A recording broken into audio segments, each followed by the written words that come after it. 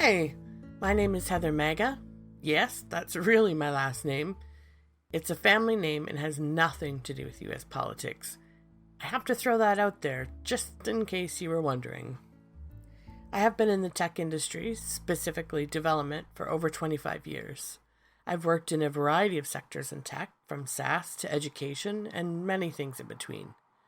These days, I'm a consultant and tech leader, exploring what's next and building new opportunities along the way.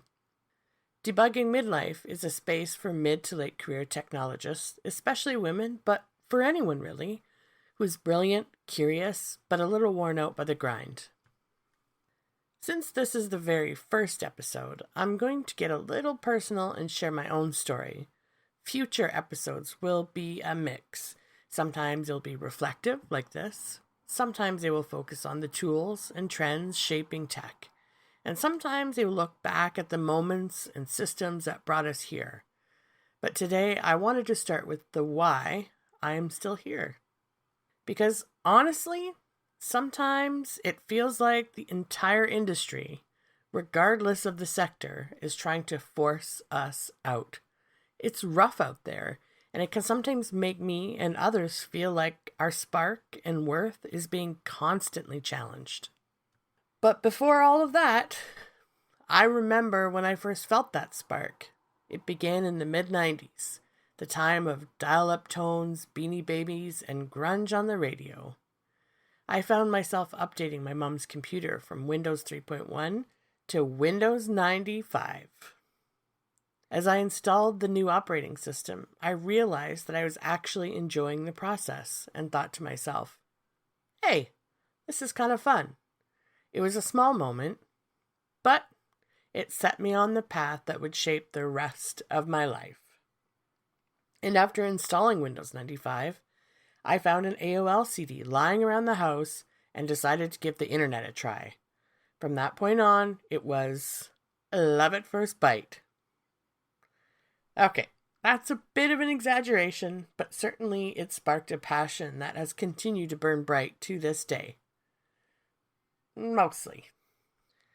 The truth is, tech has changed a lot since those days. For people like me, experienced, thoughtful, and a little neurospicy, it's not always been an easy fit. In the last few years, that spark and confidence has been tested more than once. Passion alone cannot protect you from the realities of the tech industry, and if you've been in tech long enough, you've likely had those moments too. The layoff, the uncertain contracts, and organizational mismatches. You have had to constantly remind yourself that it's not about your skills, it's about the changing market. It wasn't that long ago that I made some big moves in my career and personal life. I found myself in an interesting but extremely stressful job that I liked. But at the same time, I was trying to help a parent who had had a stroke and was thousands of kilometers away from me. I was also trying to remain true to who I was in my current position. I ignored my instincts and followed advice. This is something I should have learned by now does not always work for me, especially when it comes to my work style and my experience. This meant that I was working my way towards burnout and admittedly not doing my best. Unfortunately, as the organization was transitioning to new ownership, this meant that I was part of a layoff. This was devastating. I was really hoping to bounce back and had great plans for the new year. I was crushed and questioned everything about my skills and experience. It was a rare thing for me to be laid off from a role. I think it's only happened a couple of times over 37 years that I've had a job. And then, a few short months later, my mother passed away. This started one of the worst years of my entire adult life. My mom and I had had our differences, but she was my closest friend and confidant. It had already been difficult between us as the stroke had left her with communication issues, but being so far away from her, and then losing her, It nearly destroyed me. Which brings me to why Debugging Midlife is here. Because in these moments of burnout, layoffs, and losses, we can't let them define us. Instead, they remind us of why we need to debug life, one line at a time.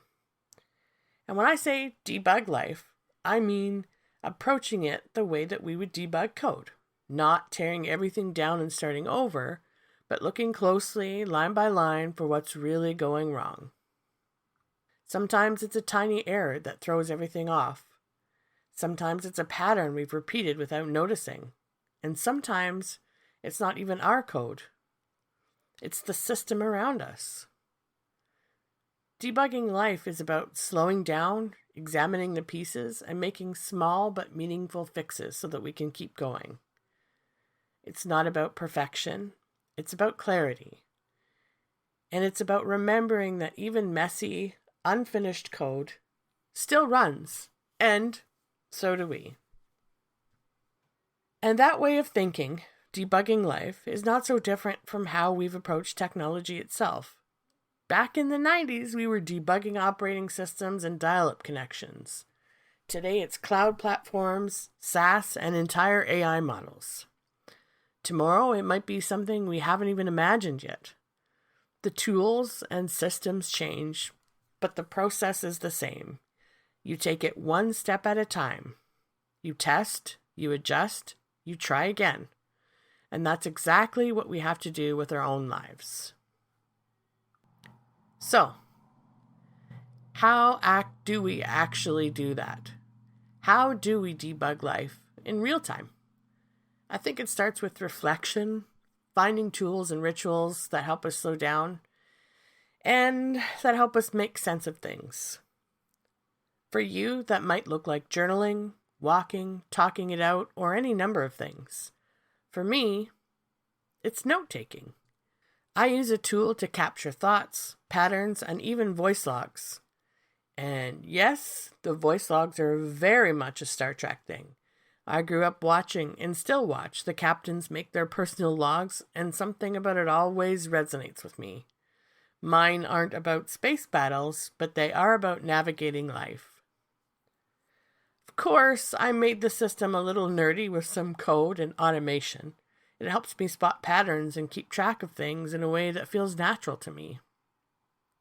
One of the most surprising parts, or maybe not so surprising since I have always loved arts, crafts, and writing, has been adding creativity back into my routine. I started writing a daily haiku, just 3 lines, few words, but it forces me to stop, reflect, and create. And honestly, it has become one of the most grounding rituals I have.